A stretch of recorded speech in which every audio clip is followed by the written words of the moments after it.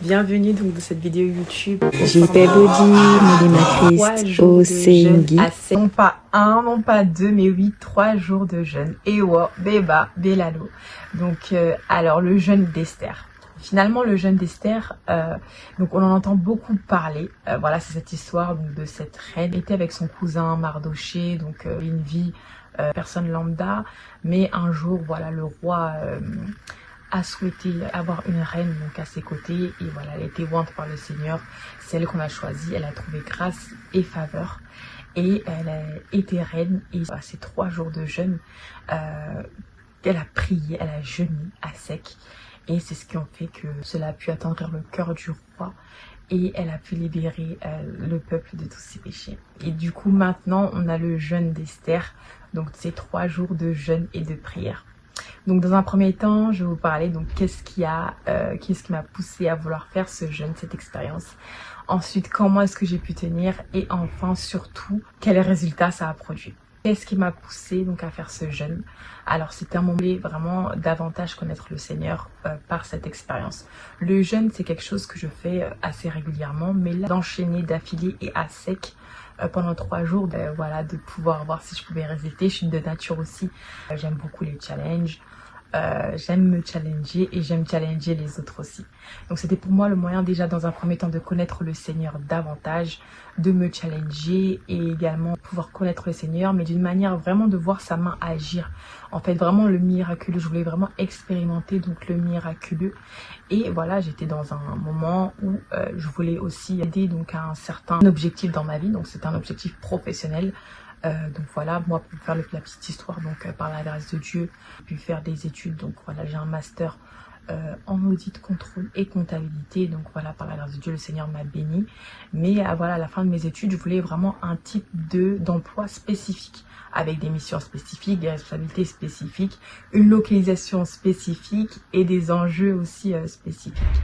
Et c'est vraiment tout ça que j'ai mis en prière dans ce jeûne d'Esther. Donc en fait, ma motivation elle était d'abord spirituelle, puisque voilà, je voulais connaître le Seigneur davantage. Et elle a été aussi donc, de par ma nature le challenge et aussi par une motivation bien évidemment un résultat. Parce que quand on fait ce jeûne, on s'attend à un résultat. On va pas le faire si on n'a pas vraiment de lignée d'objectifs, d'avoir une expérience, de connaître encore plus le Seigneur. Parce qu'on entend beaucoup sur dans notre génération, voilà le jeûne d'Esther, les miracles, les bénédictions, la puissance, etc. Mais moi c'est vraiment quelque chose, en fait je suis aussi très pragmatique dans le sens où voilà, comme je vous l'ai dit, j'ai un master audit, contrôle et comptabilité, je suis très dans les chiffres, dans la législation, la comptabilité, débit, crédit. Pour moi, c'est 0 égale 0. Enfin, c'est vraiment je suis très pragmatique, très rationnelle et je voulais vraiment expérimenter l'irrationnel. Ce qui est possible à Dieu n'est pas forcément possible aux humains. Et c'est vraiment ça que ce jeûne, en fait, je voulais rechercher actuellement. Et comment est-ce que j'ai pu tenir? Donc, j'ai regroupé 3 conditions. D'abord, la condition spirituelle. Parce que si on n'est pas motivé par le Saint-Esprit, on ne peut pas résister à ce jeûne. Voilà, il faut vraiment se dire qu'en fait, la force de pouvoir passer 3 jours sans manger ni boire. Donc voilà, l'être humain il est conditionné à vouloir manger et à la chair. Vous allez voir, hein, quand vous faites le jeûne, il y a beaucoup de tentations. Donc c'est vraiment cette condition spirituelle de demander la force au Saint-Esprit. En fait, moi, ce que je faisais, ce qui m'a poussé à tenir, c'est vraiment cette condition spirituelle. Donc déjà, dans un premier temps, de me dire que le Saint-Esprit est avec moi. Et dans un second temps, voilà, de me dire aussi que je le fais pour les bonnes motivations, pour connaître le Seigneur davantage, pour expérimenter sa parole, pour expérimenter sa puissance, pour expérimenter tout ce qu'il a promis dans sa parole. Donc avec la lecture du livre d'Esther et même d'autres passages aussi bibliques. On a le passage dans Matthieu 17, 21. Ça, c'est un verset que j'utilise tout le temps lorsque je fais le jeûne. Voilà, c'est cette sorte de démon ne sort que par la prière et par le jeûne. Vraiment d'avoir cette condition spirituelle, d'être motivé en fait par cette condition. Et donc la condition spirituelle, aussi la condition donc psychologique, puisqu'en tant qu'être humain, voilà, on est fait de chair, forcément.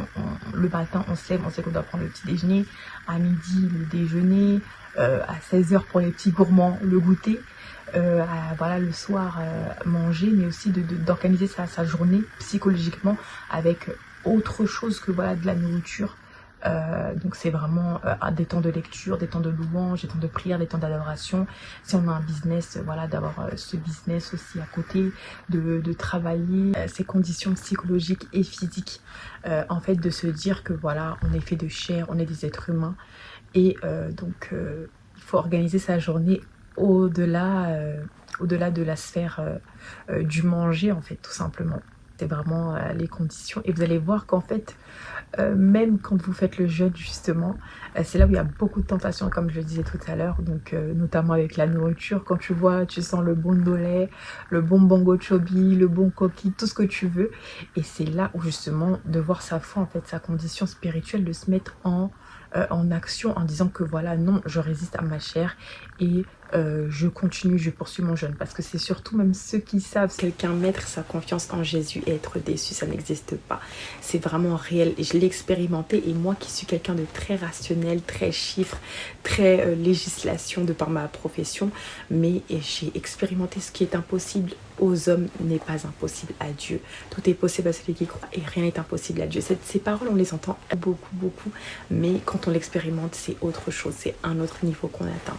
Donc vraiment, voilà, j'encourage une jeune de chrétiens, et d'ailleurs camerounais, et d'ailleurs de le faire, de poser cet acte de foi, et vous allez voir la rétribution du Seigneur Jésus. Dieu ne ment pas, ce n'est pas un homme pour mentir. Le Seigneur a sa part à faire, mais toi aussi, en tant que jeune, en tant qu'être humain, en tant que chrétien, tu as ta part à faire avec le Seigneur Jésus. C'est toujours comme ça, et on n'est jamais perdu. Et donc je fais cette vidéo vraiment pour encourager, parce que le Seigneur vraiment m'a mis à cœur de le faire.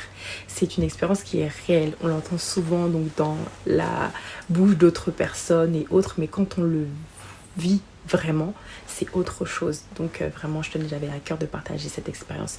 Le jeûne, c'est quelque chose qui déclenche des exaucements, qui déclenche des bénédictions. Matthieu 17:21, cette sorte de démon ne sort que par la prière et par le jeûne. C'est réel. Vraiment donner un conseil, c'est qu'il faut s'attendre à Dieu.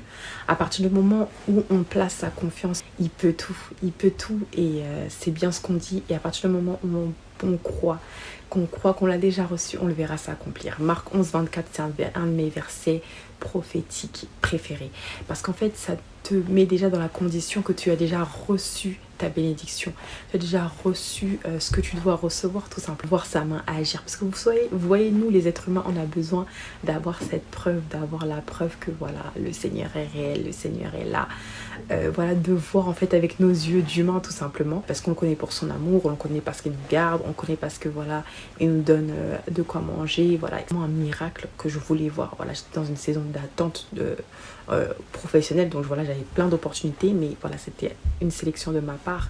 Je voulais quelque chose de bien spécifique, et ça a été l'occasion de pouvoir l'expérimenter. Et bien évidemment, donc sur le plan professionnel, donc Dieu a répondu à ma prière en 3 jours.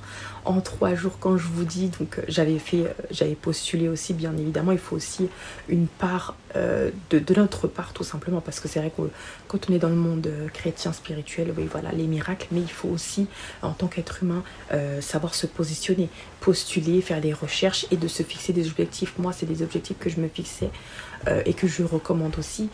Voilà, quand on est dans un temps de recherche d'un emploi ou de recherche d'un objectif, il faut aussi se fixer.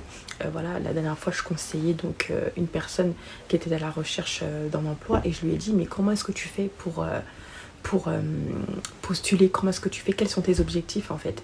Et cette personne, voilà, je lui ai dit que c'est minimum 50 envois par jour.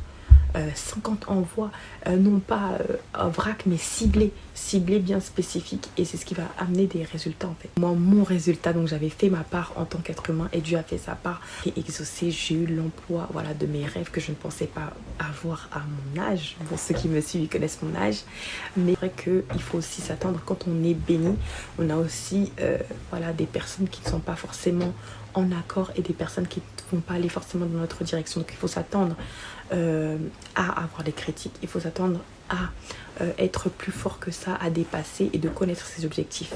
Donc voilà, j'espère que ça vous a motivé en tant que jeune chrétien camerounais, et d'ailleurs de pouvoir vous maintenir vraiment dans le Seigneur, et surtout de poser un acte de foi.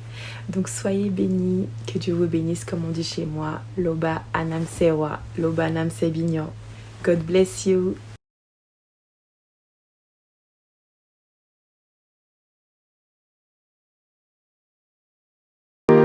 Toho